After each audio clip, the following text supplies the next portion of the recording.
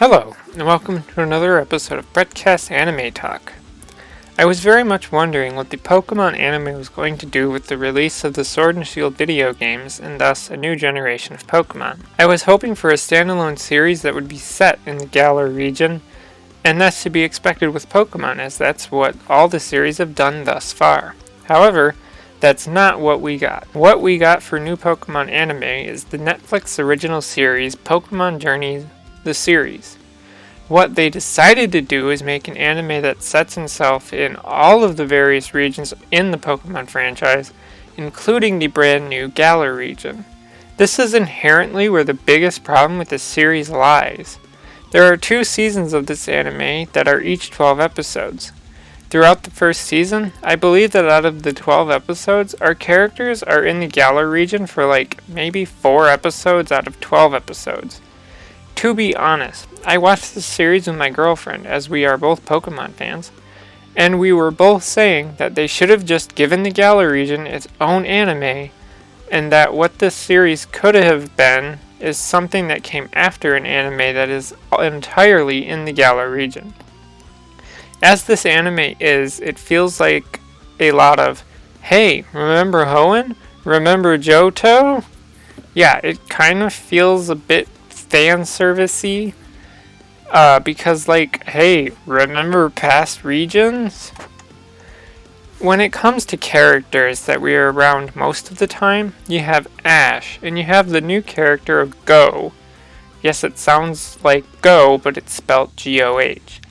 Ash is the same as he usually is, but I could complain pretty good about him.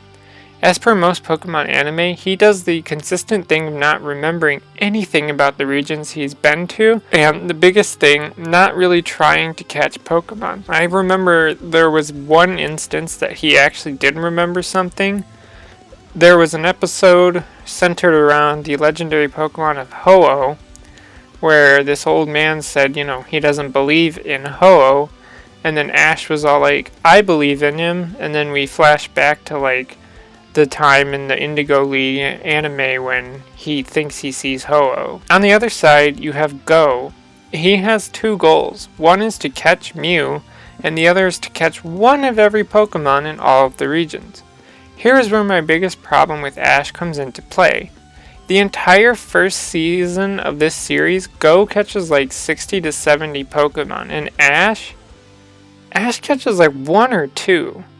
Plus, compare that to the fact that from the first Pokemon anime to the last one from Gen 7, Ash only caught around 60 Pokemon. Yeah, in one season, Go, the new character, catches more Pokemon than Ash has caught in 23 seasons of the Pokemon anime that Ash has been in. Ash really doesn't feel like the main character in this anime, as he still says that his goal is to be a Pokemon master, and yet he rarely catches a single Pokemon. Perhaps they wanted Go to feel like more of the main character, and in that case, that's exactly how it feels, like Ash is just the companion. There are some very interesting things that happen also with going back to previous regions, one of which is that they never run into Ash's previous companions.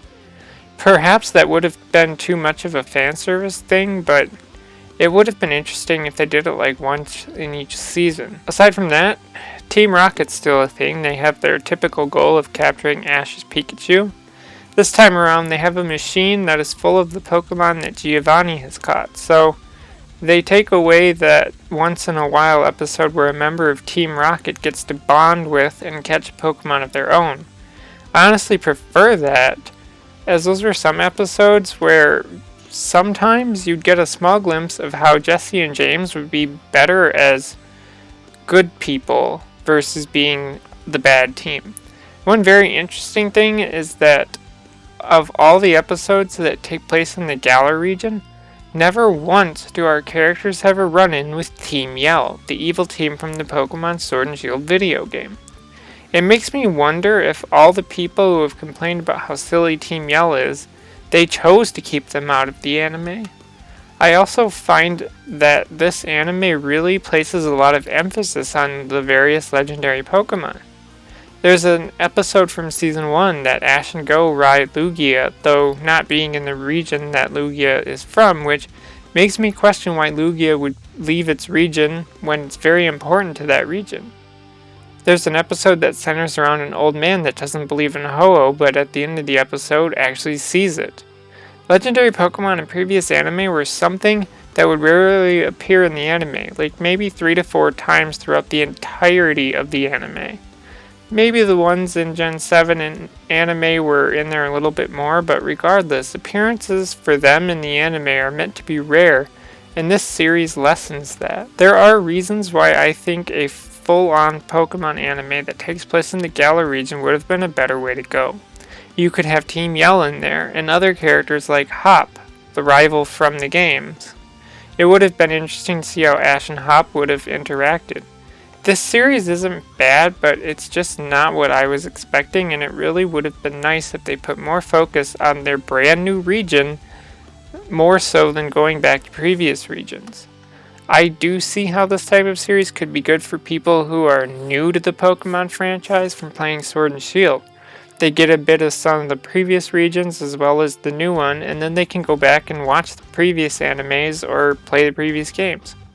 So, is Pokemon Journey, the series, a good anime? Yeah, it's good. And that's really it. Could it be better? Yes. Even as it is, there are improvements that could be made. That's all I have to say, so if you're out of the conversation, leave a comment below. As always, thanks for listening, and goodbye.